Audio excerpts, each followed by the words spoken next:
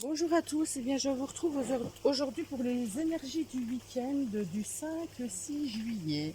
Donc on va voir que nous réserve ce joli week-end.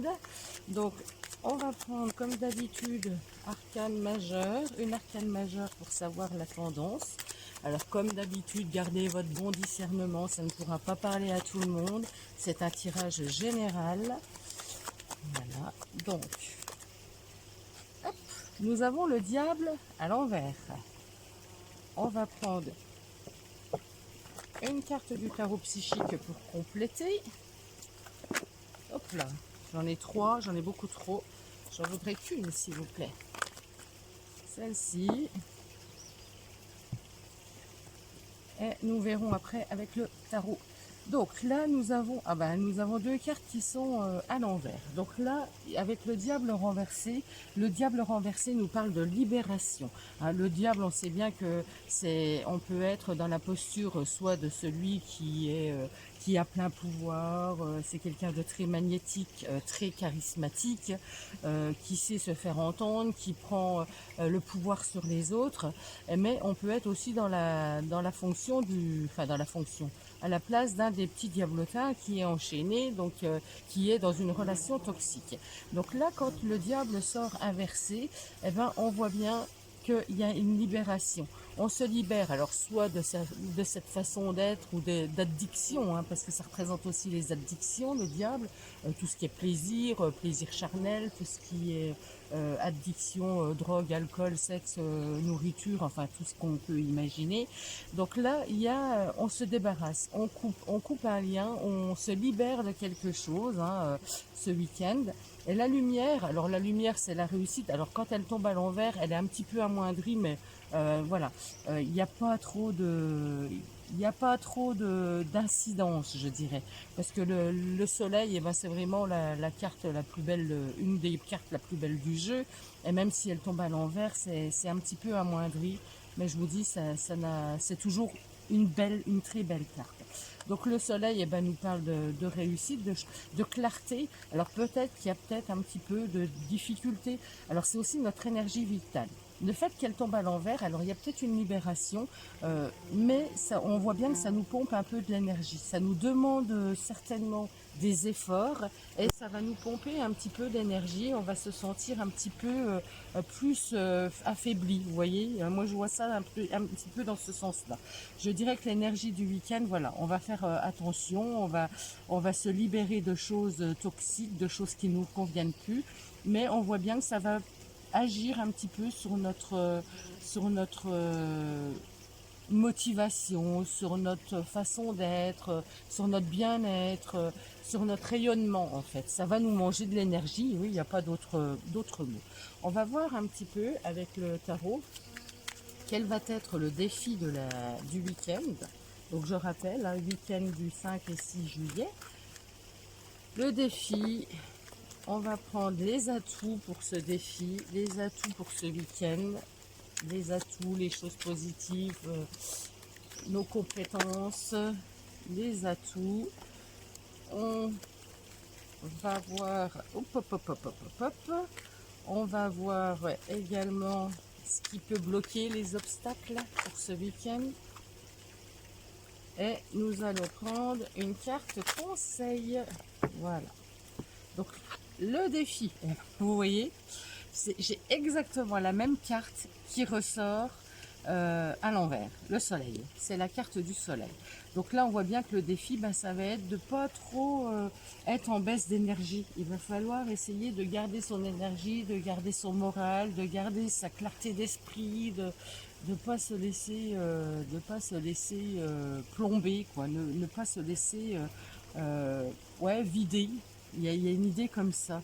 Alors avec la roue de fortune en positif, eh ben, il y a un déblocage. Il y a un déblocage. Quand elle tombe à l'endroit, elle peut nous parler de blocage. Là, elle tombe à l'envers. On voit bien qu'il y a un déblocage d'une situation. Mais il y a quand même cette énergie. Il y a quelque chose qui vous plombe. Alors, ça peut aussi concerner les enfants parce que la carte du soleil représente aussi les enfants. Donc, voilà. On voit bien qu'il y a un déblocage. Ensuite, nous avons dans les difficultés, les obstacles, eh ben, ouais, c'est encore cette perte d'énergie. C'est encore, on est au bout, on se sent fatigué, épuisé, on se sent au bout de quelque chose, il y a quelque chose qui prend fin. Ouais, on peut être très épuisé, hein. Il y a vraiment ce manque d'énergie qui ressort, hein. C'est vraiment être épuisé.